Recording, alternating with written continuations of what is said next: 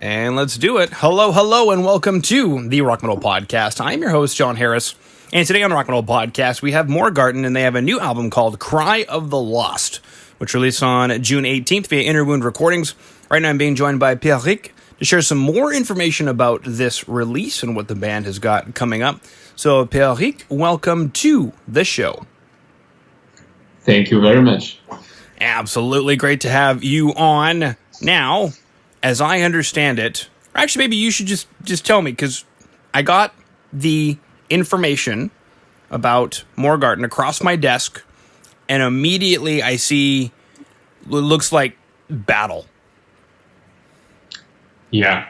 Is this like a Viking thing? What kind of battle are we talking about here? What's the time frame? What is happening in MORGARTEN? Well, MORGARTEN is in fact the name of a battle which took place in Switzerland in the 14th century. But we are not really a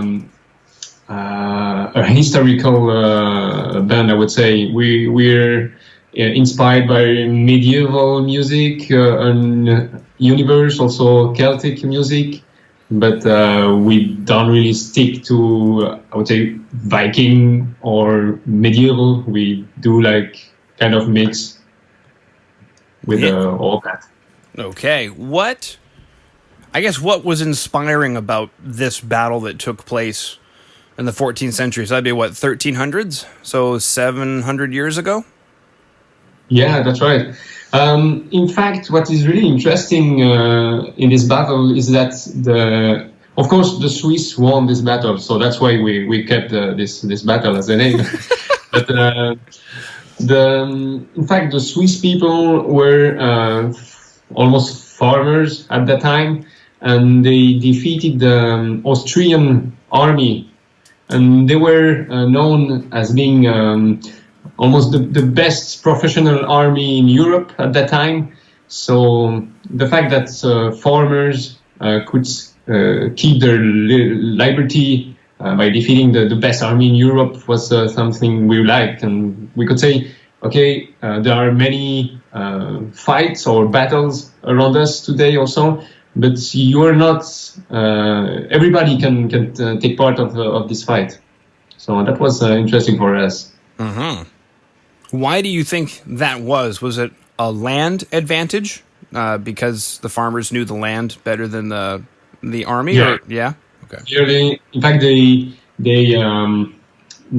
army had to pass between a lake and a mountain. So all the army had to be in a small line, and the Swiss people were in the mountain, and they threw stones and trees on the army, and they fell in the lake. So that was how they did it. Otherwise, I think we would not win this battle. Mm-hmm. Okay, well, that's exciting. Something else I'm seeing here, unless I'm wrong, is that Jens Bogren was involved in the production of this. Yes, exactly. He did all the mastering of this album, the mixing. Sorry. Okay. I guess simple question. Pourquoi? Dis-moi. Simply because he does it really well. A lot of people do it really well.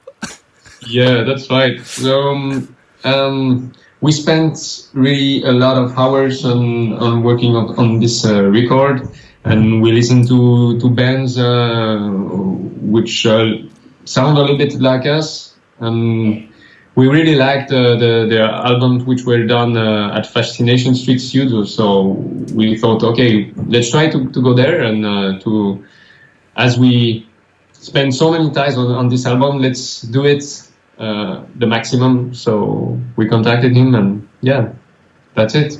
So we're really, really happy with the result. What was that process like? Did you actually go to Sweden, or did you just send him like a Dropbox link or something? We did the drums recordings in Sweden. So we went to this studio because for our first album, we did all the recordings by ourselves. But for the guitars, it's okay to do it and to send the tracks to be reamped in the studio. But for the drums, it's really something to be done by professionals. So we thought, okay, the best is to do it also there. So we went in 2019 to record the drums there. And then all the other tracks, we did it by ourselves, and we sent it all the tracks. Okay, 2019. So I'm guessing the pandemic played a role in the album not being released sooner? Yeah, that's right. We wanted to release it sooner, but we could not. And I think it was better than we could spend more time on the promotional aspect and so on. And also, we could do this deal with the Innuwounds recordings during that time. So that's Okay, so how did they get involved? So did you record the album and then shop around for a label? Yeah, we recorded first, and then we first talked with them for to help us in distribution of the album, and then finally they proposed us to take all the to take the album under their label. Okay, that was a bit of luck. Also, our booking agent in the Netherlands, he knows the boss of Innuwounds Recordings quite well, so we could have the direct contact with them through him. Okay. Did they hear the final product, or was it still not a demo at that point, obviously, but you know what I mean? It wasn't. Was it in a final product, or was it still? I think at that time that was still a demo. I don't think we already had the final tracks. But yeah, I think it was already quite a good demo with quite good sounds already. Mm-hmm. Yeah. Well, you were recording drums in Sweden, so there was Swedish air in between the microphone and the drum, so it automatically sounds better. Yeah, that's it. Beautiful. Now, there are a few music videos that are available from the record, so if you are tuning in right now on the website, therockmetalpodcast.ca, or you're watching on YouTube or listening on Spotify, Apple Music, in the show notes, there's going to be some links to check out The Last Breath, Tales of My Lands, To Victory, and then also as well, Pierric, you wanted to chat about Die or Fight. Yes, that's it. Okay, so tell us about Die or Fight. Yeah, Die or Fight is one short song, I would say, on the album, because we almost have only long songs. But this one is really a straightforward song with more like a death metal vibe. The rest of the album is more into the folk or black metal or symphonic metal. Mm-hmm. But this one is more in death metal with a really fast rhythm on the guitars and this kind of battle atmosphere. So actually the song talks about the battle, so that's good that the music also talks about battle. But, it helps. So that was quite interesting for us to do this kind of song, which we never did before. Mm-hmm. Since you'd never done it before, what inspired you guys to do that? Did it happen naturally? Was it a challenge that you guys set for yourself? For this song, you mean? Yes. Yeah, in fact, the whole album is a concept album. So a story is told through the album, and at some point we had to have one song with talking about a battle. So we thought, okay, the best would be to have something fast and with like death metal And so we tried to do it like this, and that was why we did it. We did a song like this, and in the end, it turned out to be quite good, I think. Mm-hmm.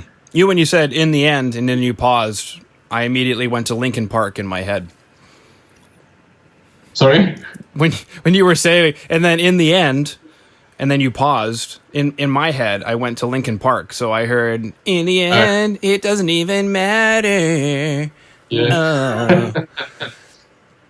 I hope I didn't offend anybody with my Linkin Park impression. But The Tales of My Lands. I like that title, though. Die or Fight. I don't know. It's kind of interesting, right? Like, you could fight to live another day, or you're going to die. Like, those are your choices. The only way to live another day is to fight.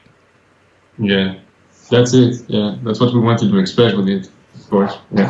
Yeah. It reminds me, because I do martial arts, and it reminds me that if you're going to engage, sometimes the only way out of the situation actually is to get into it and get in really deep.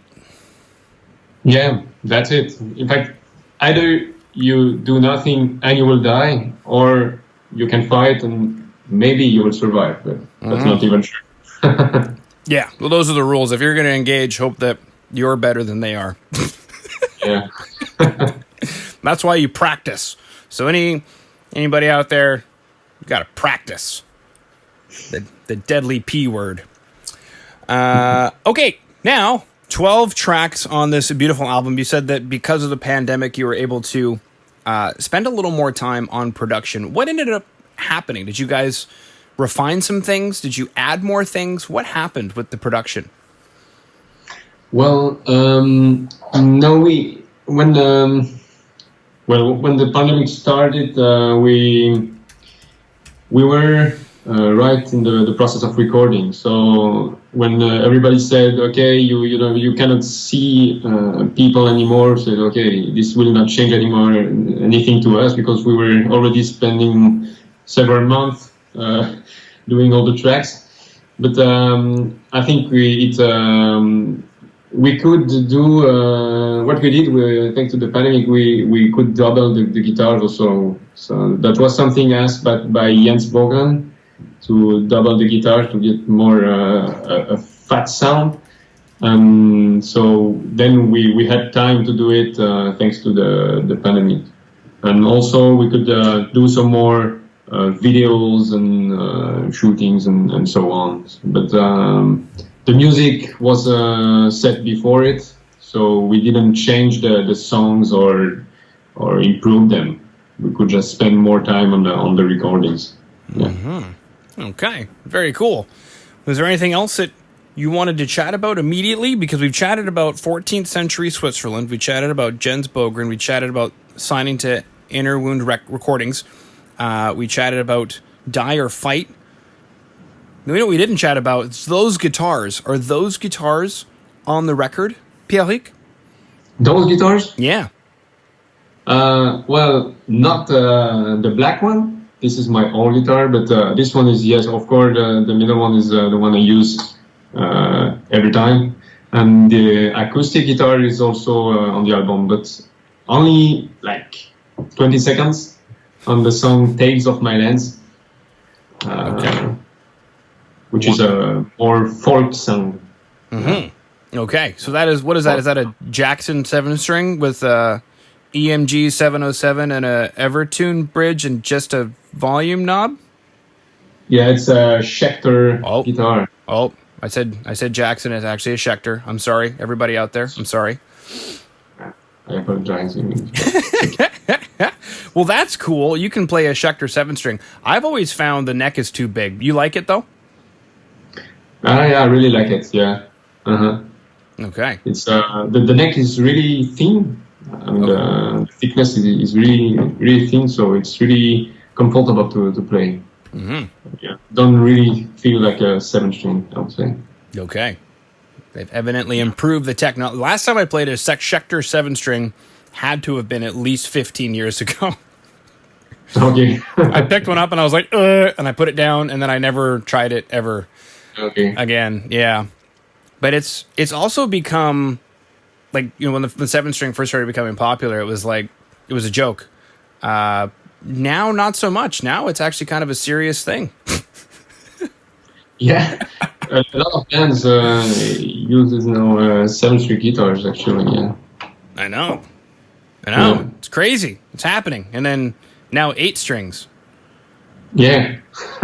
You guys could do some. Sometimes I think they could just remove the small strings and just take a 6-string and add the bass string. Mm-hmm. Some bands only play on the first 2 strings. Yeah, exactly. Well, that's something else to consider too, right? Take the 7-string guitar set and just remove the high E, and now you have a 6-string that is, unless you're really using the high E, but, you know, there you go. So that's what, a 13 to 58 or 59 gauge string, and you tune to B standard, and there you go. Easy. Is that what you guys are tuned to, B? A. A. Whoa! Drop A. Yeah. Okay, drop A. So you're doing some drop tuning on the 7-string. Yeah. Okay. Cool. Why is that?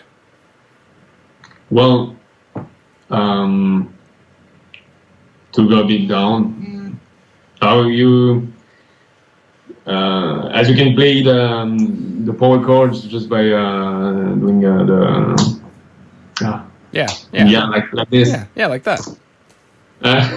So that makes it a lot easier. It does. So anybody out there who's currently judging drop tuning, go away. Sweet. Even Dimebag Darrell did drop tuning live because it was easier. So there. Cool. Actually, there's one song I could not play if I was not in drop A, because already with the drop I'm really the maximum I can reach. So otherwise, it would not be possible. Oh no! So you're doing like a minor or major 7th chord? Well, I don't know the name. It sounds cool, but I don't know the name. It's on Peaceful Soul of the Dying. Okay. Peaceful Soul of the Dying. That's poetic. That's poetry right there. Yeah, indeed. You're like, I know. What is that song about? Peaceful Soul of the Dying. Is that about a fallen soldier on the battlefield? Yes, kind of. In fact, this song is just before the Eye of Fight. It's the beginning of the battle, and it was inspired by a Swiss legend where a Swiss guy took several spears through him so that the army could go through the spearmen, you know. Mm-hmm. And so we took this legend in for this song, and in fact the hero of our story is the one holding the spear. And when the guy is taking the spear through him, he see his eyes, and he see that this guy, even if he's dying, is really peaceful, and this makes him really is shocking him, and he found himself in a peaceful place with mountains around him and so on. So that's what this song is about. That's why he see the peaceful soul of the dying. Right. Now, you mentioned a story and a hero. Is this just in this one song, or is the whole album have a hero? The whole album is about the story of a hero. So only this event of the story is based on a Swiss legend, but the rest of the story we just invented it. But the whole album follows the story of one warrior. Yeah. One warrior. So you guys could have every album just follow a different warrior. So Warrior A, and then the next album is his friend Warrior B, who then tells the story from his perspective, and then album 2 will be another warrior who tells the story from his perspective. So now each album you get to see the previous album from a different perspective. In fact, we could. No, that's not what we did. Last album was also about the story of a warrior, but this one is a different story. But last time we talked about this warrior, but on this album it's really the events seen by the warrior and what he feels along his journey. Okay.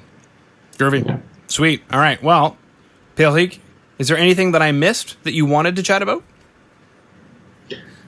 I don't think so. I think, yeah, we talked about Tales of My Lands. This one we didn't talk about. And this one is special because we added also bagpipes tracks in the end of the song. So that makes this song quite special also for us. The first time we did this, that's quite cool. Yeah. Real bagpipes? Real bagpipes, yeah. Okay. Did you? I played it. Oh, you played it. You played bagpipes? Yeah, try to. Try to. All right. I do. I think the good news about bagpipes is we don't ever know if anybody actually can play them. Yeah. Cool. Now, Celtic instrument, right? So is that a common thing in Switzerland because of the Celtic history? I would not say common. There are places in Europe where this Celtic culture is much more developed than in Switzerland. For example, Ireland or Brittany. In Switzerland, we also had Celtic tribes at the same period, but it's not really common. We see often medieval festivals or Celtic festivals, but it's not really popular as in other places in Europe. Yeah. Okay. Groovy. All right. Well, I believe we've chatted about everything, Pierric, so I just wanted to thank you for coming on to the Rock Metal Podcast today. Thank you. You too.